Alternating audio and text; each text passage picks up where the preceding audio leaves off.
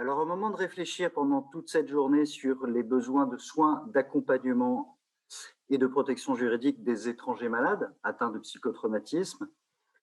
il est sans doute intéressant de se replonger rapidement, je vous rassure, dans l'histoire de ce droit, histoire assez récente, mais enfin ça fait quand même plus de 20 ans, et notamment des débats et des enjeux qui ont conduit à la reconnaissance législative de ce droit à la fin des années 90 et aux grandes périodes de son application. D'abord, on peut remarquer que dans l'expression droit au séjour pour raison médicale, alors dans la suite de la journée et puis sur le programme et pour le nom du collectif, on utilise l'acronyme vilain mais pratique d'ASEM qui signifie droit au séjour des étrangers malades. Le droit au séjour pour raison médicale, on voit bien que cette expression signale d'emblée deux logiques différentes. La question du droit au séjour des étrangers, qui est au cœur des politiques d'immigration depuis 40 ans, et la question du droit à la santé, qui est elle-même au cœur de l'actualité depuis un an avec la pandémie de Covid. Et c'est bien de la tension entre ces deux logiques que dépend depuis plus de 20 ans l'application effective du droit au séjour des étrangers malades, pour laquelle on peut décomposer 4 grandes périodes. La première, c'est dans les années 90, l'émergence de ce besoin de reconnaissance et enfin la reconnaissance du droit. La deuxième période, entre 1998 et 2003, c'est une période de reconnaissance largement favorable par les acteurs et en particulier à l'époque donc les médecins inspecteurs de santé publique. Et puis depuis 2003 jusqu'à 2016, jusqu'à la dernière réforme de l'immigration de 2016, en tout cas pour ce qui est du droit au séjour des étrangers malades, l'observation de tensions croissantes entre les pratiques de lutte contre l'immigration d'une part et d'autre part les principes de protection de la santé qui ont eu, on le verra, des influences déjà importantes sur l'application dans certains départements du droit au séjour des étrangers malades. Et enfin, depuis la réforme de 2016 et jusqu'à ce jour, une chute significative de la protection accordée. Je ne développerai pas le quatrième point puisque c'est l'objet de la journée de le faire. Retour aux années 90, c'est une époque de mobilisation pour l'accès aux soins et la continuité des soins. D'abord, c'est l'émergence du phénomène d'exclusion massive des soins. C'est dans les années 90 que se crée par exemple le COMED en 1979, la Mission France de Médecins du Monde en 1985, de Médecins sans frontières en 1986, les premières permanences d'accès aux soins de santé des hôpitaux, notamment la passe Baudelaire à l'hôpital Saint-Antoine en 1992. Bref, toute une série de dispositifs qui essayent de compenser en partie les longues périodes d'exclusion des soins pour les personnes les plus précaires. À l'époque, c'est les Français précaires et les étrangers en situation de précarité. Dans le même temps, certaines réformes de protection maladie qui permettent d'améliorer l'accès aux soins pour le plus grand nombre. C'était notamment le cas de la réforme de l'aide médicale en 1992 et de la couverture maladie dite universelle en 1998. Et on voit déjà que dans ces réformes qui améliorent l'accès pour le plus grand nombre, ça se fait au détriment des droits des étrangers en séjour le plus précaire. C'est notamment la suppression du droit à la sécurité sociale pour les sans-papiers en 1993, ce qu'on appelait les lois Pasqua, et l'occasion ratée de la couverture maladie dite universelle en 98, qui a laissé de côté les personnes étrangères en séjour irrégulier, qui bénéficiaient avant de la complémentaire au titre de l'aide médicale comme les Français en situation de précarité, mais qui, depuis la réforme CMU, sont dans un dispositif à part, l'aide médicale État, et dont on voit que l'effet de stigmatisation de ce dispositif spécial sans papier a eu des conséquences désastreuses dans les 20 années qui ont suivi en termes de restriction progressive des droits. Mais les années 90, c'est une autre épidémie, on s'en rappelle malheureusement assez bien, c'est l'épidémie de VIH-Sida, et qui a renforcé la prise de conscience de l'importance que les politiques de santé publique soient respectueuses des droits humains pour que ça marche en termes de prévention, de dépistage, d'accès au traitement, et donc la prise en compte de la lutte contre les discriminations. Avec l'apparition des premiers traitements antirétroviraux dans les années 80-90, l'enjeu de la continuité des soins devient au premier plan pour les personnes étrangères menacées d'expulsion en raison de leur situation au séjour irrégulier, notamment en prison. La question qui se pose aux personnes, aux soignants et aux associations qui les soutiennent, c'est très bien, on a pu commencer le rétrovir, on a pu commencer un traitement pour cette personne-là. Qu'est-ce qui va se passer si elle est renvoyée dans son pays où ce traitement ne pourra pas être délivré? La mobilisation des soignants et des associations de soutien relayée à l'époque par les ministères de la Santé et de la Justice. Au début des années 90, c'était le ministère de la Justice qui avait la tutelle des questions de santé en prison. va faire émerger la nécessité de reconnaître un droit au séjour pour les malades concernés et de poursuivre leurs soins en France. À noter que dès le début, si la lutte contre le sida a été l'aiguillon de la reconnaissance du droit au séjour,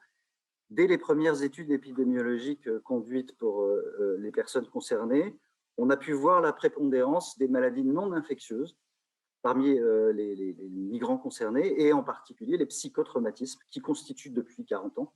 la première cause de maladie grave parmi les exilés, en lien avec la fréquence et la gravité des violences subies. Arrive donc dans la fin des années 90 la reconnaissance législative du droit au séjour des étrangers malades. C'est d'abord la loi Debré qui interdit l'éloignement vers le pays d'origine, c'est le terme administratif, l'expulsion vers le pays d'origine des personnes gravement malades et ne pouvant être soignées dans leur pays d'origine. Et la loi Chevènement, un an après, 1998, qui dit à partir du moment où les gens, on ne peut pas les expulser dans leur pays d'origine, il faut les régulariser pour qu'ils vivent une vie normale en France. C'est ce qui fonde le droit au séjour pour raison médicale, et de manière finalement assez constante depuis 1998, sur le plan du cœur des critères de régularisation pour raison médicale, ça n'a pas changé. Beaucoup a changé autour de l'accès à la procédure, et le raisonnement médical qui fonde ce droit n'a pas changé. La particularité de ce droit, c'est en effet que par rapport à d'autres voies de régularisation pour des étrangers sans papier, celui-ci est fondé sur des critères médicaux couverts par le secret médical. Et la préfecture, qui doit apprécier les conditions administratives qui déterminent la forme de la protection accordée, si les conditions sont remplies, ça doit être une carte de séjour temporaire avec droit au travail. S'il n'y a pas suffisamment d'ancienneté de présence en France, ça peut être une autorisation provisoire de séjour. En cas de trouble à l'ordre public, les préfectures peuvent décider d'assigner à résidence l'étranger malade. Dans tous les cas, on voit que la personne ne peut pas être renvoyée dans son pays d'origine et doit pouvoir continuer à rester en France et à se soigner et à mener une vie aussi normale que possible.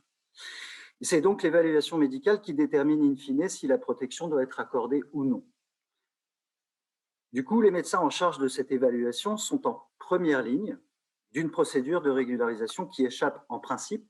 aux logiques de quotas à l'œuvre dans les autres dispositifs de régularisation. C'est de la capacité des médecins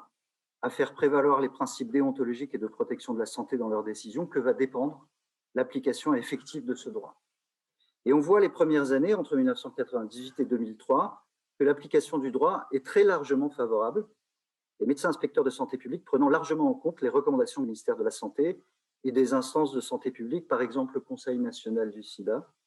sur la reconnaissance du double risque médical qui fonde le droit au séjour des étrangers malades, le risque d'exceptionnelle gravité du défaut de prise en charge et le risque d'insuffisance des soins appropriés en cas de retour dans le pays d'origine. Et puis s'ouvre une nouvelle période entre 2003 et 2016 où on observe des tensions croissantes entre les pratiques de lutte contre l'immigration et les principes de la protection de la santé.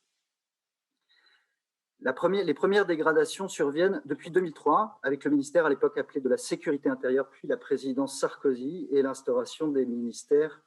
dits de l'identité nationale. Alors si le terme d'identité nationale a fort heureusement disparu depuis 2009 de l'appellation des ministères de l'Intérieur, malheureusement la logique n'a pas disparu, qui consiste à regrouper beaucoup de compétences relatives aux migrants au sein des ministères de l'Intérieur, qui auparavant relevaient du ministère de la Santé, du ministère des Affaires sociales, du ministère des Affaires étrangères, et qui ont pour, en tous les cas s'agissant du droit au séjour pour raison médicale, un certain nombre de conséquences néfastes. Ces conséquences étaient annoncées dans un rapport commandé à l'inspection générale de l'administration concernant l'admission au séjour des étrangers. Ce rapport écrivait, je cite, « Le droit au séjour des étrangers malades constitue la faille majeure du système ». L'objectif était donc assez clair, il s'agissait de calfeutrer la faille et de restreindre l'accès à ce droit.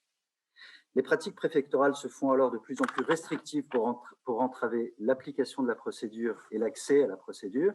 comme c'est régulièrement dénoncé notamment par l'Observatoire du droit à la santé des étrangers et par le Défenseur des droits. Mais ces pratiques préfectorales se heurtent à la boîte noire que constitue la décision du médecin en charge de l'évaluation. C'était les médecins inspecteurs de santé publique, puis les médecins des ARS. Et on voit se développer un climat de suspicion à l'égard non plus seulement des étrangers et de leur soutien habituel, régulièrement considérés comme, je cite, angéliques ou militants, mais aussi désormais des médecins, depuis les psychiatres intervenant en soutien de leurs patients jusqu'aux médecins inspecteurs de santé publique, dont, je cite, le manque de compétences conduirait à des dérives manifestes, selon le rapporteur des débats sénatoriaux concernant la loi maîtrise de l'immigration de 2003. Les médecins en charge, les MISP et les médecins des ARS, se plaignent régulièrement à leur ministre de tutelle, la Santé, des pressions qu'ils subissent de la part des services préfectoraux en réaction à de supposés, je cite, pourcentage excessif d'avis positifs. Donc voilà qu'à la demande des bureaux des étrangers des préfectures, il est demandé de mettre en place des quotas, ce qui, rappelons-le, n'est pas du tout le principe et l'esprit de cette loi, qui doit dépendre uniquement de critères médicaux et non pas de considération de quotas d'immigration. Et les premiers responsables sont désignés puisque les troubles psychiques constituent la majorité des demandes et des accords. Le principal problème viendrait des psychiatres et du crédit à accorder à leur appréciation clinique, faute d'un test de laboratoire, comme par exemple c'est le cas pour le VIH. Mais si ces pressions influencent certains médecins, comme on peut l'observer dans les écarts de taux d'accord du droit au séjour étranger malade par département jusqu'en 2017, la plupart d'entre eux continuent d'interpréter les critères médicaux dans le sens de leurs obligations déontologiques et des recommandations du ministère de la Santé. Et globalement, pendant ces années-là, le taux global d'avis favorables, d'avis médicaux favorables au droit au séjour, se maintiendra autour de 75%. Et c'est dans ce contexte, et j'en ai terminé dans une minute, qu'intervient la réforme de l'immigration de mars 2016, qui va confier à une agence sous tutelle du ministère de l'Intérieur, l'OFII, la responsabilité de l'évaluation médicale. Alors même que les critères médicaux de la loi n'ont pas changé pour continuer à fonder ce droit, on observe dès la première année, en 2017, dans le rapport du service médical de l'OFII, une chute des taux d'accord à peine plus de la moitié, 53%, pour l'ensemble des pathologies. Et s'agissant des troubles psychiques, une chute qui descend jusqu'à 23% d'avis favorables, les 3/4 des étrangers atteints de troubles psychiques graves et de psychotraumatisme étant désormais exclus de la protection. La suite de cette journée nous permettra de préciser l'évolution au cours des dernières années et les écarts de perception et de l'application effective de ce droit par les différentes parties prenantes, à commencer par la communauté scientifique. Et je passe la parole à Thierry Bobet de l'Université Sorbonne Paris-Nord et du Centre national de ressources et de résilience, qui va nous faire un point sur l'état actuel des connaissances scientifiques sur le psychotrauma des migrants.